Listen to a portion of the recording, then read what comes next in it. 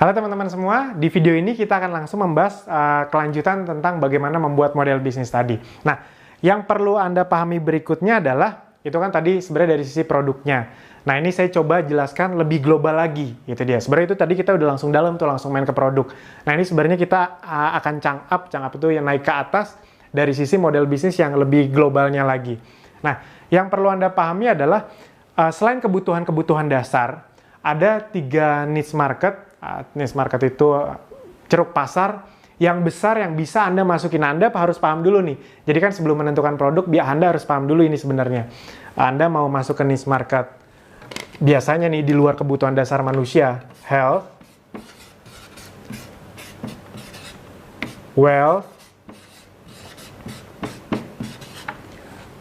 dan relationship.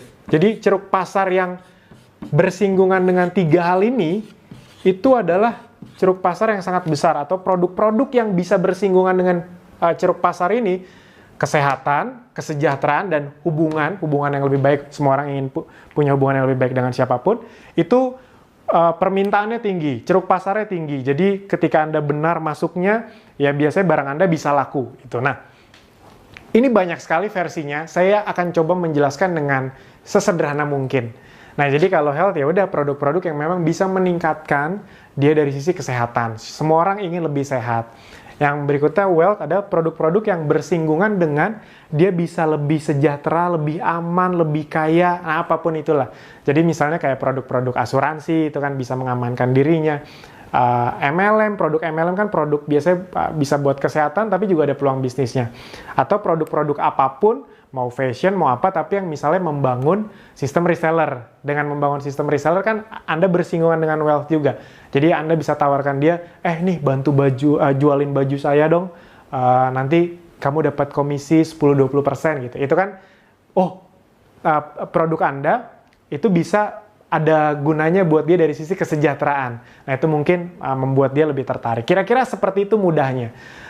Relationship itu jadi misalnya hal-hal yang bersinggungan dengan bisa membuat relationship dia, hubungan dia dengan orang tua, pasangan, anak itu lebih baik. Kan banyak juga misalnya produk-produk jasa yang konselor pernikahan gitu dia, konsultan pernikahan banyak.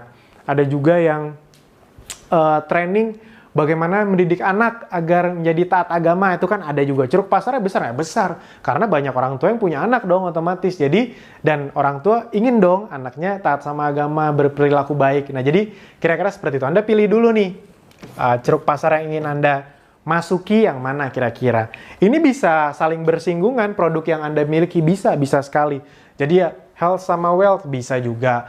Wealth sama relationship bisa juga. Itu dia. Jadi, itu bisa Anda pikirkan baik-baik, Anda ingin seperti apa. Yang berikutnya adalah, Anda ingin membangun sistemnya secara online atau offline. Ini saya ngomong secara garis besar ya. Sistem ini bisa sistem administrasinya, bisa sistem marketingnya, itu dari segala sisi. Atau, Mas, saya masih belum bisa cuma salah satunya, saya mau menggabungkan. Boleh, misalnya Anda dari sisi marketing, Anda tidak hanya buka toko di Instagram gitu, toko online, Anda juga buka toko realnya, boleh. Misalnya Anda yakin, Mas nih, saya punya lokasi yang bagus banget, sayang kalau saya cuma di online, karena offline saya justru bisa membantu online, dan online saya bisa membantu offline, boleh. Nah, Anda tinggal pikirkan Anda mau masuk ke ceruk market yang mana, atau sistem yang mana. Nah, yang berikutnya adalah dari sisi jenisnya, Anda harus menentukan. Ini jadi yang saya bahas garis besarnya ya. Bisnis Anda itu B2B, business to business, atau B2C, business to consumer, kira-kira seperti itu. Jadi, nih memang saya jualan bajunya itu bener-bener langsung ke konsumen, nggak ada sistem resellernya, kira-kira seperti itu. Atau produk-produk yang memang langsung ke konsumen akhir. Kalau B2B itu artinya bisa banyak, ini saya coba jelaskan secara sederhana aja. B2B misalnya Anda programnya punya program training yang memang khusus untuk tim sales sebuah perusahaan. Jadi Anda menjualnya bukan ke orang langsung konsumen akhir, tapi ke perusahaan itu, oh salesnya lagi turun, kita bisa bantu nih, gimana caranya tim sales kamu semangat kayak gitu. Itu B2B. Atau Anda juga bisa menggabungkan keduanya. Tuh, sekali lagi nih saya mencoba sesederhana mungkin agar Anda mudah memahami. B2C plus B2B. Contohnya, ini contoh sederhananya adalah bisnis-bisnis yang tadi bisa langsung ke konsumen, tapi juga bisa membangun sistem penjualan yang membuat kesempatan orang bisa ikut menikmati. Contohnya tadi, membangun tim reseller, affiliate, atau cabang. Misalnya gini, banyak nggak produk-produk yang awalnya itu dia misalnya kayak jualan fashion, dia jualan langsung, tapi lama-lama ada yang nanyain, bisa punya sistem reseller nggak? Saya boleh nggak bantu jualin? Akhirnya dia bikinlah sistem resellernya. Bagi komisi 10%, 20% terserah. Nah akhirnya yang tadinya dari B2C, B2B-nya juga dipegang. Akhirnya dia nggak cuma ke reseller, dia juga masukin bajunya misalnya ya ke Ramayana gitu kan bisa juga. Jadi bisa B2C plus B2B. Nah jadi teman-teman Bapak Ibu semua, Anda tinggal pilih Anda yang mana. Yang berikutnya juga, ini tuh sangat mempengaruhi. Nah, jadi ini sangat mempengaruhi ke sistem bahasa sederhana saya, marketing Anda. Kalau bahasa orang MLM itu marketing plan. Marketing plan itu sebenarnya bukan dimiliki oleh MLM saja. Semua bisnis tuh butuh marketing plan-nya. Nah, contoh, kalau Anda B2C ya jelas ya, langsung ke konsumen. Nah, yang perlu kita pikirkan kalau Anda B2B. B2B itu Anda mau ke yang mana? Misalnya contoh, Anda mau bikin sistem yang seperti MLM. Bisa, itu dia. Yang berikutnya ada juga sistem kalau misalnya marketing, kalau yang B2B reseller. Reseller yang lebih detail deh. Saya coba reseller yang bersistem. Bersistem atau berlisensi. Berlisensi. Ini mirip-mirip semuanya, tapi ini beda semua nih sebenarnya. Reseller yang bersistem atau berlisensi, contohnya biar saya enak ngomongnya, biar tidak ngebahas bisnis lain. Produk yang memang diajak kerjasama sama Akademisi Digital, itu kita ngincer yang ini. Reseller bersistem atau berlisensi, jadi bukan MLM.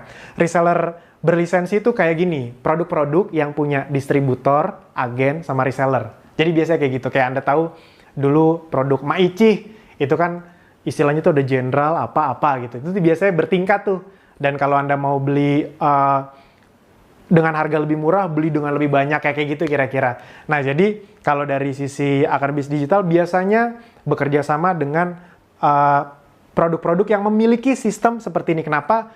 Karena kalau digabungkan dengan digital, itu keuntungannya luar biasa. Nah jadi makanya orang-orang yang belajar bersama Akademisi Digital, khususnya buat yang belum punya produk, itu sangat senang sekali karena mereka dapat tools, dapat ilmu, plus dapat kesempatan untuk langsung bisa praktek dan dapat penghasilan, itu dia. Jadi memang kami mengincar ini.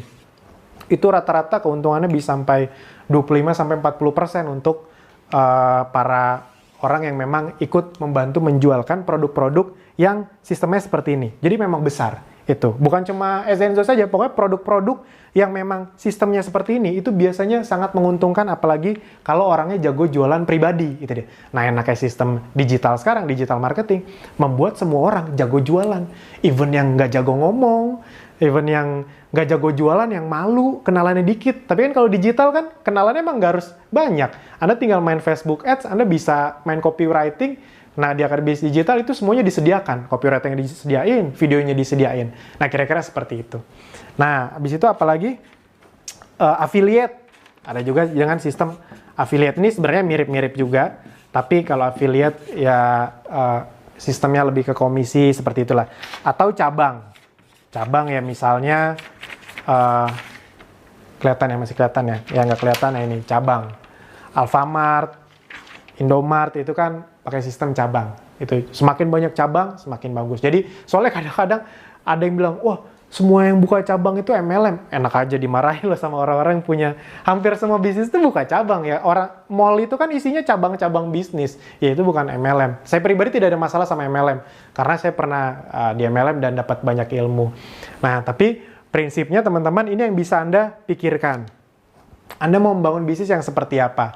Kalau kami di Akar Bisnis Digital, kita memang hanya berfokus ke produk-produk yang memiliki sistem bisnis, reseller bersistem atau berlisensi. Karena dengan tools dan dengan sistem yang kami miliki di Akar Bisnis Digital, itu sangat membantu orang bisa langsung cepat dapat uang dan uangnya lumayan besar. Untuk orang baru bisa dapat selisih 25-40%, itu kan udah kayak pemilik bisnisnya gitu deh. Karena pemilik bisnisnya sendiri itu paling cuma 20%-an dapatnya bersihnya. Sedangkan ini resellernya bisa 25-40%, itu dia. Nah, tapi jangan sampai salah kaprah, Akar Bisnis Digital itu adalah tempat untuk Anda memang ingin belajar bisnis, membangun bisnis lebih komprehensif lagi, walaupun Anda sudah punya produk juga itu. Nah, ini tadi saya ngebahas agar, sekali lagi, setiap saya ngebahas itu agar Anda punya gambaran. Itu saja dari saya di video ini, sampai jumpa di video berikutnya.